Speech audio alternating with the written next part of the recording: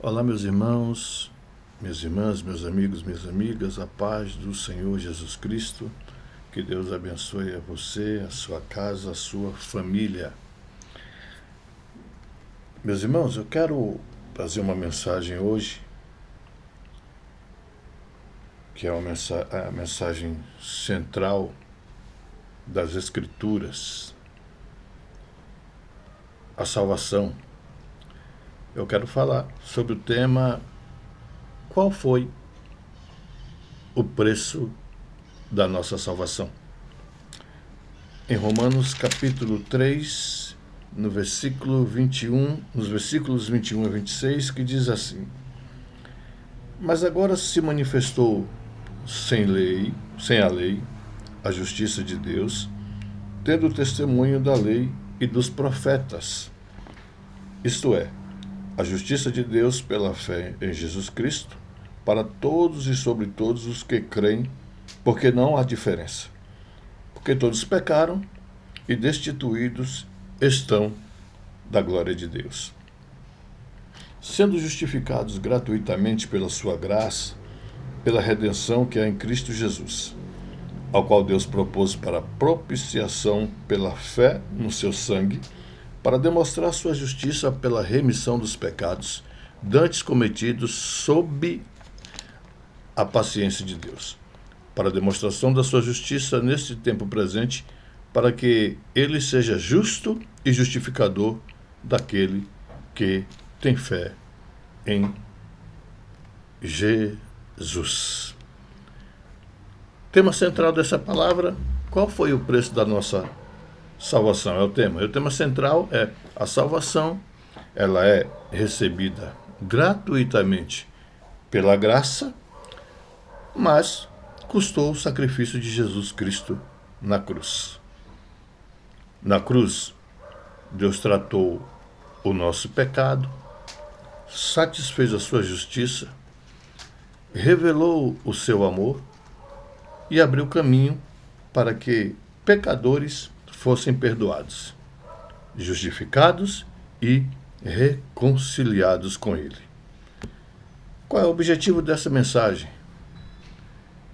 É levar-nos a compreendermos, primeiro, a gravidade do pecado, segundo, a impossibilidade do ser humano salvar a si mesmo, terceiro, o significado do sacrifício de Cristo, quarto, a justificação pela graça mediante a fé, e quinto, a necessidade de viver em gratidão e santidade diante do preço pago na cruz.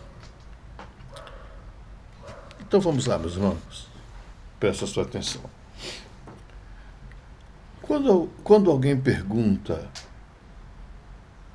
quanto custa a salvação, a resposta pode parecer simples, né? A salvação é gratuita. E isso é verdade. A Bíblia ensina que nós não podemos comprar a salvação. Não há nada que possamos fazer. Não podemos merecê-la. Não podemos conquistá-la por meio de boas obras.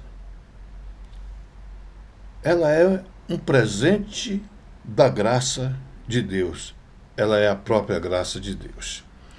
Mas nós precisamos compreender algo. A salvação é gratuita para nós, mas não foi barata.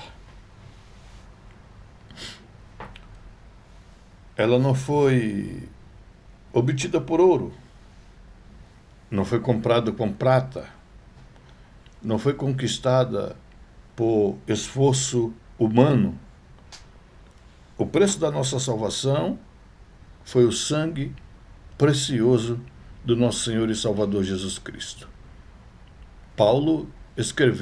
Pedro escreveu, aliás, na sua primeira carta, no capítulo 1, versículo 18 e 19, sabendo que não foi mediante coisas corruptíveis, como prata ou ouro, que fostes resgatados, mas pelo precioso sangue, como de cordeiro sem defeito e sem mácula, o sangue de Cristo. Então, quando olhamos para a cruz, não vemos apenas um homem sofrendo. Nós vemos o Filho de Deus entregando a sua vida. Vemos a santidade de Deus sendo revelada. Vemos a justiça de Deus sendo satisfeita. Nós vemos o amor de Deus alcançando pecadores. Nós vemos a graça de Deus. Nós vemos a graça triunfando sobre a culpa. A cruz nos mostra duas verdades que precisam permanecer unidas. O pecado é mais grave do que imaginamos. E o amor de Deus é maior do que conseguimos compreender. Duas verdades que elas são unidas. O pecado é mais grave do que imaginamos. O amor de Deus é maior do que conseguimos compreender. Para entendermos o preço da salvação, precisamos primeiro compreender por que a salvação era necessária. Romanos 3, 23. Porque todos pecaram e destituídos estão da glória de Deus. Paulo não diz que alguns pecaram, ele diz todos sem exceção pecaram. Não existe distinção. Não existe uma categoria de pessoas suficiente boas para não precisarem da graça. Todos estão debaixo do pecado. O pecado não é apenas um erro ocasional. O pecado não é apenas uma fraqueza. O pecado não é apenas uma falha de comportamento. O pecado é rebelião contra Deus. É viver segundo a própria vontade, ignorando a autoridade de Cristo, a autoridade do Criador. Desde a queda, o ser humano passou a viver separado de Deus. Isaías declarou lá em Isaías 59, 2: mas as vossas iniquidades fazem separação entre vós e o vosso Deus. O problema do ser humano não era apenas que eles precisavam melhorar. Ele precisava ser salvo. Não era apenas uma questão comportamental. Era uma questão de condição espiritual. Paulo afirma em Efésios 2:1: ele vos deu vida, estando vós mortos nos vossos delitos e pecados. Um morto não pode ressuscitar a si mesmo. Da mesma forma, o pecador não pode produzir por suas próprias forças a vida espiritual de que ele necessita, de que necessitamos. Muitas pessoas tentam aproximar-se de Deus por meio de boas obras. Pensam: eu sou uma pessoa correta, eu ajudo os outros, eu não faço mal a ninguém. Ledo engano. As boas obras não podem apagar a culpa. Uma vida moral não pode desfazer a separação causada pelo pecado. A religião não pode salvar. O esforço humano não pode justificar. Se o ser humano pudesse salvar a si mesmo, a cruz seria desnecessária. Mas Cristo morreu porque não havia outro caminho. 2. A salvação não poderia ser conquistada por obras. Romanos 3:24. Sendo justificados gratuitamente pela sua graça, pela redenção que há em Cristo Jesus. E a palavra gratuita ou gratuitamente não significa que a salvação não teve custo. Significa que o pecador não paga por ela. Ele não a merece. Nós não a merecemos. Nós apenas a recebemos como um presente. Paulo escreveu aos Efésios, capítulo 2, versículos 8 e 9. Porque pela graça sois salvos, mediante a fé. E isso não vem de vós. É dom de Deus, não de obras, para que ninguém se glorie. A salvação não é um salário. Ela é um presente. Ela não é uma recompensa pelo que fizemos. É uma manifestação da graça de Deus. A graça, como nós sabemos, é um favor que nós não merecemos. Recebemos aquilo que não poderíamos conquistar. E por que as obras não podem salvar? Porque Deus é perfeitamente santo. E nenhum ser humano consegue apresentar diante dele uma justiça perfeita. Isaías declarou, Isaías 64:6, todas as nossas justiças, todos os nossos atos de justiça são como trapo de imundície. Mesmo nossas melhores obras são insuficientes para remover a culpa do pecado. A salvação, ela não começa com aquilo que fazemos para Deus. Ela começa com aquilo que Deus fez por nós em Cristo Jesus. Não vivemos obedientemente para comprar salvação. Nós vivemos obedientemente porque fomos alcançados pela graça maravilhosa de Deus. A obediência não é a causa da salvação. A obediência é o fruto da salvação. Não fazemos boas obras para sermos aceitos por Deus. Fazemos boas obras porque fomos aceitos em Cristo Jesus, nosso Senhor e Salvador. 3. Jesus pagou o preço que não podíamos pagar, mediante a redenção que há em Cristo Jesus. Romanos 3:24 novamente. Sendo justificados gratuitamente pela sua graça, pela redenção que há em Cristo Jesus, louvado seja o seu nome. A palavra redenção carrega a ideia de libertação mediante o pagamento de um preço. É a linguagem do resgate.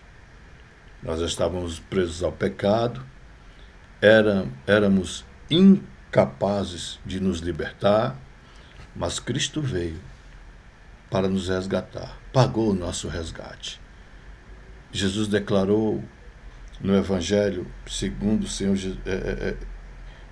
o Evangelho do Senhor Jesus Cristo, segundo escreveu Marcos, no capítulo 10, versículo 45, o Filho do Homem também não veio para ser servido, mas para servir e dar sua vida em resgate de muitos. Na cruz, Jesus não morreu apenas como exemplo de amor. Ele morreu em nosso lugar. Ele assumiu a condenação que merecíamos. Isaías profetizou, Isaías 53:5. um servo sofredor, mas ele foi traspassado por nossas transgressões e moído pelas nossas iniquidades. O castigo que nos traz a paz estava sobre ele. Isaías 53:5. Observe as palavras. Nossas transgressões, nossas iniquidades, nossa paz. Cristo tomou sobre si aquilo que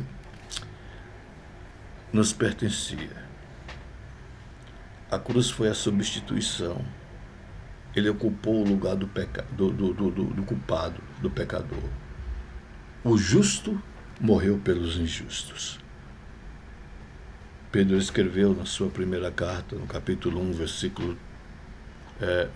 3, versículo 18.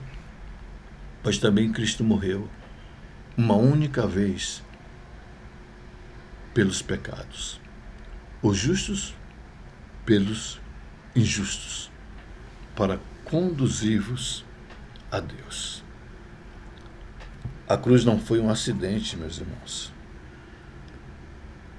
Meus amigos, não foi uma derrota inesperada. Foi o cumprimento do plano redentor de Deus. Jesus não foi surpreendido pela cruz. Ele caminhou voluntariamente em direção a ela. Quando contemplamos a cruz, devemos abandonar toda ideia de orgulho espiritual, toda soberba. Não fomos salvos porque éramos melhores. Fomos salvos porque Cristo foi misericordioso. A cruz, ela destrói toda arrogância. Ninguém pode olhar para o Calvário e dizer: eu merecia ser salvo.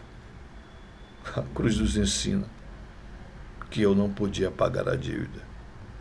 Cristo pagou por mim. Mas vamos lá. Quarto, na cruz, a justiça e o amor de Deus se encontraram. Romanos 3:25, ao qual Deus propôs para propiciação pela fé no seu sangue, para demonstrar sua justiça pela remissão dos pecados dantes cometidos sob a paciência de Deus. É a quem Deus propôs no seu sangue como propiciação. A cruz, ela revela a santidade de Deus. Deus não simplesmente ignorou o pecado. Ele não fingiu que o mal não existia. A justiça de Deus exigia que o pecado ele fosse tratado. Mas, ao mesmo tempo, Deus amou o pecador. Como Deus poderia ser justo e ainda assim justificar o culpado? Como? A resposta está na cruz. Cristo recebeu a condenação. A justiça foi satisfeita e a graça nos foi oferecida. Ali, a justiça e a misericórdia se encontram. Na cruz, Deus não abandonou sua santidade para demonstrar o amor. Nem deixou de amar para preservar a sua justiça. Em Cristo, justiça e misericórdia se encontram. O que é que Paulo diz no versículo 26 de Romanos 3? Para a demonstração da sua justiça neste tempo presente, para que ele seja justo e justificador daquele que tem fé em Jesus. Deus continua sendo justo, mas por meio de Cristo também justifica o pecador. E essa é a beleza do Evangelho. O pecado foi julgado, o pecador absolvido. A dívida foi paga. O perdão foi concedido e o caminho foi aberto. A cruz nos mostra que Deus leva o pecado muito a sério. Por isso não podemos tratar o pecado como algo pequeno. A graça não nos dá permissão para continuar vivendo deliberadamente naquilo que Cristo morreu para nos libertar. A mesma graça que perdoa, ela também transforma. 5. Em Cristo somos justificados. Romanos 3, 24. Sendo justificados gratuitamente pela sua graça, pela redenção que há em Cristo Jesus. Justificação, aqui é um termo florense, né? É uma declaração judicial, né? Melhor falando, é um termo que declara, é uma declaração judicial, né? Deus declara justo aquele que coloca a sua fé em Cristo. Isso não significa que o cristão nunca mais pecará. Significa que a sua aceitação diante de Deus não está baseada na nossa própria justiça, mas na justiça de Jesus Cristo. Paulo escreveu na sua segunda carta aos Coríntios, no capítulo 5, versículo 21. Aquele que não conheceu o pecado, ele o fez pecado por nós, para que nele fôssemos feitos justiça de Deus. Na cruz acontece uma troca maravilhosa. Cristo tomou a nossa culpa e recebemos dele a sua justiça. Ele foi tratado como pecador, embora jamais tivesse pecado. Nós somos recebidos como justos, não porque merecemos, mas porque estamos unidos a Cristo pela fé. A justificação, ela remove a condenação. A acusação do promotor caiu por terra. Romanos 8:1. Agora, pois, já nenhuma condenação há para os que estão em Cristo Jesus. A culpa não é mais a nossa identidade. A condenação não é mais o nosso destino. Em Cristo nós somos perdoados e recebidos por Deus. O cristão, irmãos, não vive tentando provar que merece o amor de Deus. Não. Ele vive a partir da certeza que foi aceito em Cristo. Isso produz, pelo menos deve produzir, humildade, deve produzir gratidão, deve produzir segurança e deve produzir o desejo de obedecer. A cruz nos reconciliou com Deus. O pecado havia produzido separação, mas Cristo restaurou a comunhão. Escrevendo aos Colossenses, no capítulo 1, versículo 20, Paulo escreve: e que, havendo feito a paz pelo sangue da sua cruz, por meio dele, reconciliasse consigo mesmo todas as coisas. A reconciliação significa que a inimizade foi removida. O caminho de volta a Deus foi aberto. Nós não fomos apenas perdoados, fomos recebidos na família de Deus. Por isso Paulo declara em Efésios, capítulo 2, versículo 13: mas agora em Cristo Jesus, vós que antes estava longe, fostes aproximados pelo sangue de Cristo. Então observe, antes estávamos longe, agora fomos aproximados. Antes éramos inimigos, agora temos paz com Deus. Antes estávamos separados, agora temos acesso ao Pai. A salvação, ela não é apenas escapar da condenação, ela é reconciliar-nos com Deus, é conhecer o Pai, é viver em comunhão com Deus. A salvação não termina no perdão. Ela inicia uma nova relação. Não fomos salvos apenas para ir ao céu. Fomos salvos para pertencer a Deus. 7. A graça que salva, ela também transforma. Porque a cruz, ela não nos chama apenas a admirar o que Cristo fez. Ela nos chama a viver para Ele. Por isso mesmo Paulo escreveu também na sua segunda carta aos Coríntios, no capítulo 5, versículo 15. E Ele morreu por todos, para que os que vivem não vivam mais para si mesmo, mas para aquele que por eles morreu e ressuscitou. Se Cristo morreu por nós, nossa vida agora pertence a Ele. Não vivemos para pagar a salvação. Nós vivemos porque fomos salvos. Não obedecemos para conquistar o amor de Deus. Obedecemos porque fomos alcançados por esse amor. Foste comprado por preço. Agora, pois, glorificai a Deus no vosso corpo.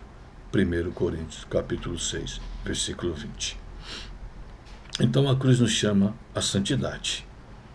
Nos chama a abandonar o pecado. Nos chama a negar a nós mesmos. Nos chama a viver para a glória de Deus. E Jesus disse, Marcos 8, 34, se alguém quer vir após mim, negue-se a si mesmo, tome sua cruz e siga-me. Amém? Qual foi o preço da nossa salvação? Não foi ouro, não foi prata, não foi boas obras, não foi religião, foi o sangue precioso de Jesus Cristo. A salvação é gratuita para nós, mas custou a Cristo o sofrimento da cruz. Na cruz, a nossa culpa foi tratada, a nossa dívida foi paga, nosso perdão foi conquistado e nossa justificação foi garantida, nossa reconciliação foi realizada, a nossa esperança foi restaurada. A cruz não é o fim. Jesus ressuscitou, a morte foi vencida, o túmulo ficou vazio, o Salvador vive. Por isso, a salvação não é uma ideia, é uma obra realizada. Não é uma conquista humana, é um presente da graça. Não é algo que merecemos, é algo que recebemos pela fé. Talvez alguém que nos assiste esteja tentando carregar sozinho o peso da culpa. Talvez alguém esteja tentando merecer o favor de Deus. Talvez alguém pense que pecou demais e não pode ser perdoado. A mensagem da cruz é: Cristo pagou o preço. Você não precisa salvar a si mesmo. Venha a Cristo. Arrependa-se. Creia no Evangelho. Receba pela fé aquilo que Deus oferece pela graça. E para aqueles que já creem, a pergunta é: temos vivido de maneira digna do preço que foi pago por nós? Porque a cruz não deve ser apenas um símbolo que carregamos. Ela deve ser a verdade que transforma a nossa vida, que nos santifica. Que nós nunca nos acostumemos com a graça, que nunca tratemos o sacrifício de Cristo como algo comum, que vivemos com gratidão, santidade e obediência, porque fomos comprados por preço, e esse preço foi o sangue do Cordeiro. A salvação é gratuita para nós, mas custou o preço de Cristo. Amém. Senhor, muito obrigado. Graças te damos, Senhor, porque se não for o Senhor, nós estávamos perdidos. Nós andávamos errantes como ovelhas sem pastor, condenados, ao juízo eterno, ao inferno. O pecado tomava conta de nós.